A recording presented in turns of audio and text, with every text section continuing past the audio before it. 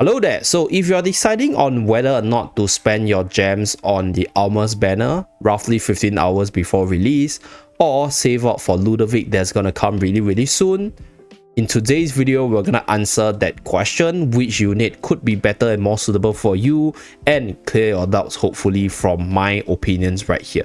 So for Ulmus case, I'll start with Ulmus first, and then I'll run through Ludovic later to talk about his kit as well as how he might affect the meta based on his skill set.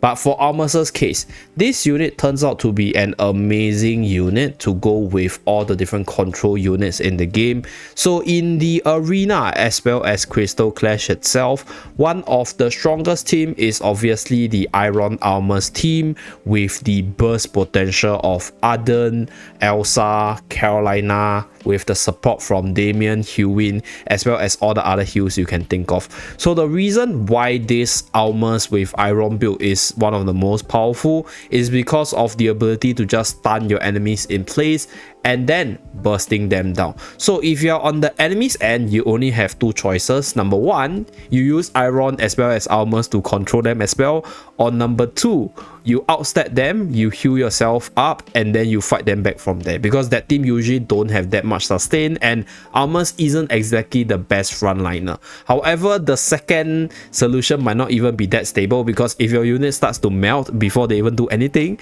then you can't do much to recover anyway. So in terms of how powerful Ulmus is, this unit as a standalone unit is not spectacular by any means, but this unit just works so well with a bunch of control units out there. So for example, Dura's Trout, right? Ulmus is one of the most used because you can pair Ulmus with the likes of Cassidy, with the likes of Tamasia, with the ability to just reposition, with the ability to pull your enemies together, or the ability to push your enemies back. So all these different skills actually synergize with Ulmus's EX weapon really well, which is that of a support unit to extend the control effect.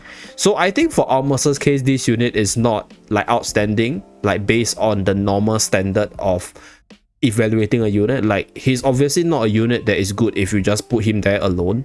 But if you think about all the potentially powerful control units that can come out in the future, as well as all the potential Iron-like skills that could come out from other units in the future, I think Ulmus as a unit will have a lot of longevity as a support tank, right? So I mentioned this multiple times. I think this unit is not a must-have, but he would definitely make your experience with those units a lot better. So that is Ulmus's case. So if you're somebody who is very Iron-centric, right, you like the idea of stunning and bursting people down, then I'll say definitely pull for Ulmus, because the ability to just start the fight to control the enemy immediately is really pretty insane in the late game, and it's something which I think a lot of the late game players have started to tune towards, because it's either your enemy out survive, which could be RNG based, or they use the same thing to just stun you as well. So that's my opinion about Ulmus. Not a must-have unit by his own standard, but if you have other units, or you like control-centric units or teams in general, this unit is good to have, because he will probably see use as long as there's the idea of control, and the idea of controlling works with his Prowling Brutes ability. So that's for Ulmus's case. Let us next move on to the Ludovic part. So now we are going to talk about Ludovic, and for this part it will be, just a disclaimer, highly speculative. Not because we do not know much about the unit, but whatever is shown in the trailer will be what we are basing on, and things might still change before the actual release, right? The numbers might be adjusted, he might get an improvement in his skills, or he could get a really powerful skill which is not shown in the trailer. So do make your decision based on what we are going to talk about as a general TLDR later, which is more based on your playstyle, based on how your account is built. Okay, so for his case, right, let's just start by analyzing the skill first, and then I'm going to give a conclusion later.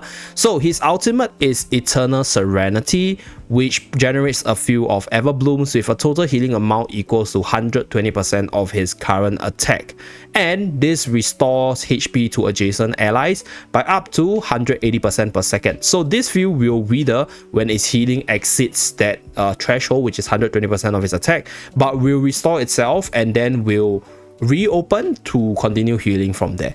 At the same time, he's able to use the active to move the field to a designated tile for it to release more healing waves to heal more allies from there. So this action will take place even when the Everbloom field is withered, so in the dormant state. So let's take a look at how this skill works. Okay, so later on we'll talk more about it. Okay, so this is how the field works, and this is it. When it's dormant, it's just a pile of grass, right? It's a tile of grass here. So this is when it's active, it will start blooming, and then it will start healing allies that's standing on top of it. So based on this showcase over here, right, the heal amount is quite substantial based on the waves, and when he casts the ultimate itself, it will allow him to reposition this field to cater to the healing to the area with the most ally. So this will make him a mobile fountain. As long as the field is active, he's going to heal up and keep your allies healthy. So a very sustain heavy character. And in terms of the numbers itself, I think it's hard to evaluate whether or not 1200% of its attack is too low, because based on the showcase over here, right, let me just go here. So right here it starts to grow itself. Okay, so he uses the ultimate and then he starts healing, right? That's like 5-6 waves of healing on the 5-6 lines of heals on the ally itself. So it's not that much, but the number seems pretty big, because from here I'm gonna go at like 0.5 times so that we can calculate how many lines there are. So right here, okay, activate 1, okay, 2, 3. So this is the passive healing, right, the field provides before it withers. Now he's gonna cast the ultimate. Okay, so it's like about 3 waves of heal for the normal field, and then the ultimate is the moving as well as the 3 additional waves. So 1, 2, and 3. Okay, so 3 more waves provided by the ultimate. So I think based on what we can see here, it's like roughly 3 waves. I don't know exactly, is it like 3 waves, or is it because his attack is very low, because this is a very it's not a Supreme plus Ludovic here, so it could be more than that. But based on the numbers itself, it seems quite substantial because it's able to heal up a large portion of Laika's lost HP. So should be quite an optimal amount of heals. Let us take a look at the other parts to see whether or not there's more healing boosted from there. So the second skill is Life Weaver's Bloom.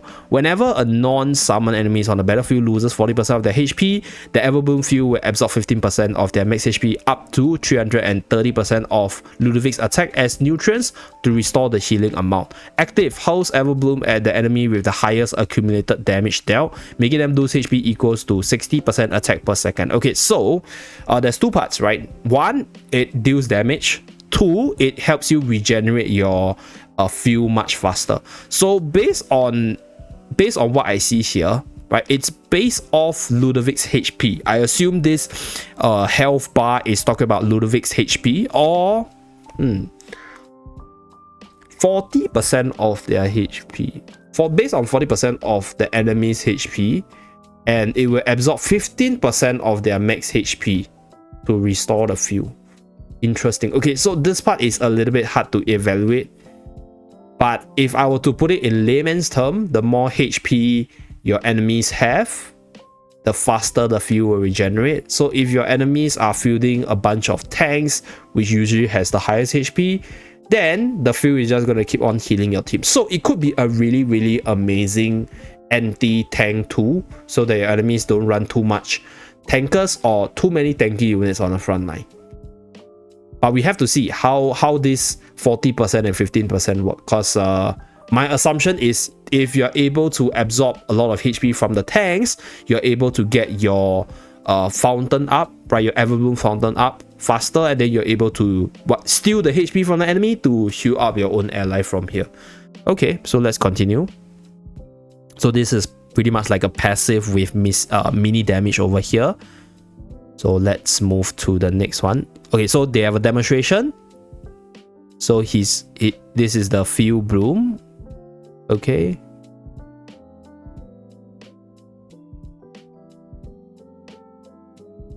Okay, so another thing I realized from this is that if your team, right, for example, Ludovic is standing on the field itself, he is at max HP, the field doesn't actually heal your ally.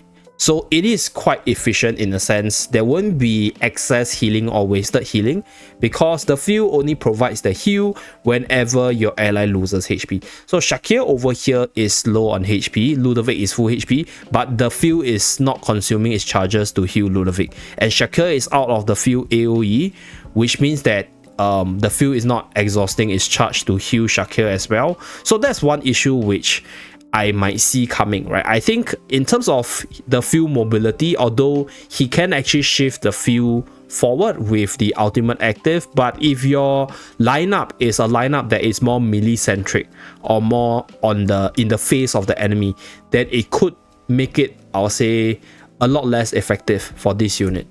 So let's continue first before we continue speaking. Okay.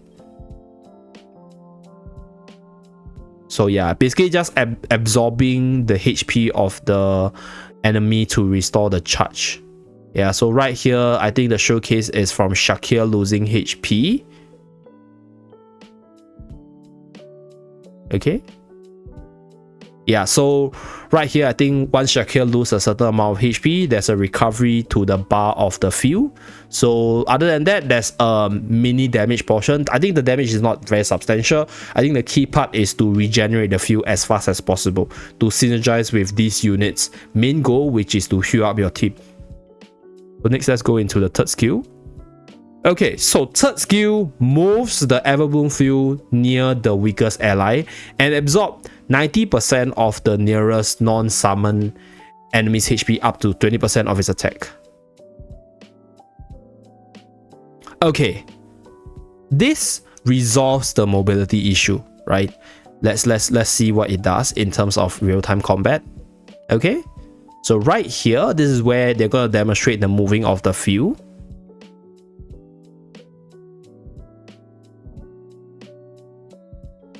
Okay, so shift the field forward.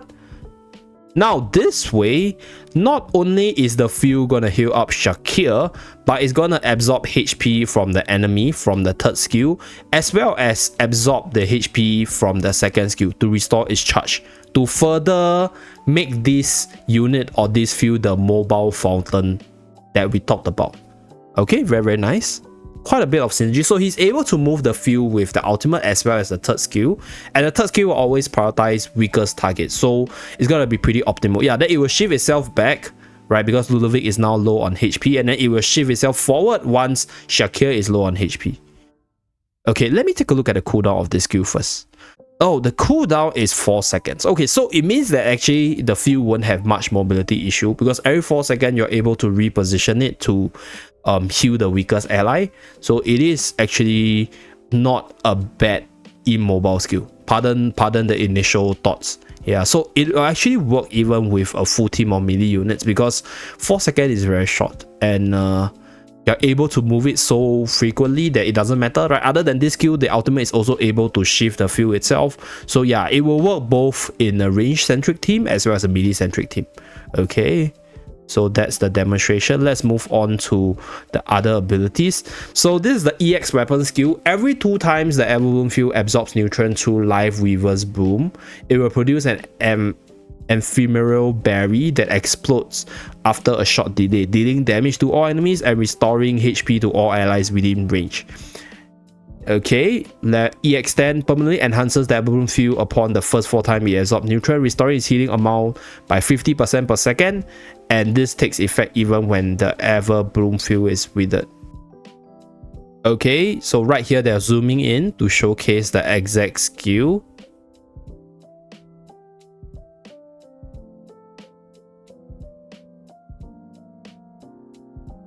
Okay, it happened really fast, but you guys can see there's some HP drop on the enemies. So this skill is basically if the enemy stands on top of it, right, you will generate the berry to deal damage to them while healing your allies at the same time. Right over here, every time the Evolufield absorbs neutron through Live Reverse Bloom. So Live Reverse Bloom is actually the second skill. So this is where they absorb HP from the enemy.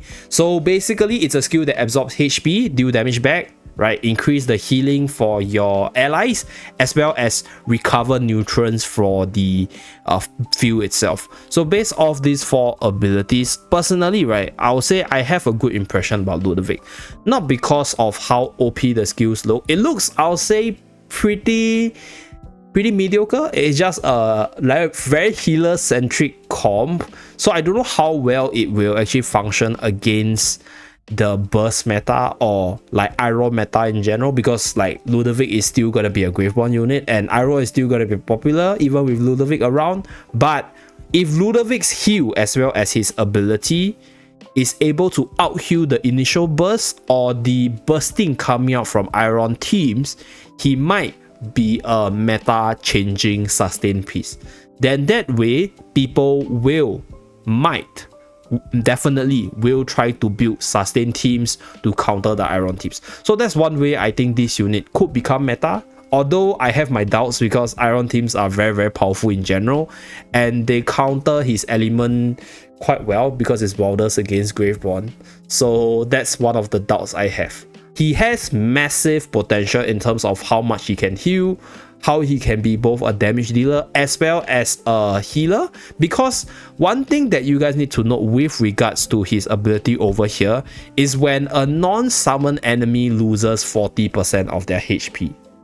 So this is not just them losing HP from your Ludovic, but also them losing HP from your artifact as well as your allies. So Ludovic might even work in a rush team, in a burst team as well, because as long as you are hitting your enemies hard enough, the field will be able to regenerate quickly to sustain your team up and then come back to heal continuously. So that's where you actually win the fight of bursting, because you have this initial healing and sustain coming out from Ludovic's field. Another thing which I don't know whether or not will happen is, will the field stay on the spot or stay on the field when Ludovic is killed?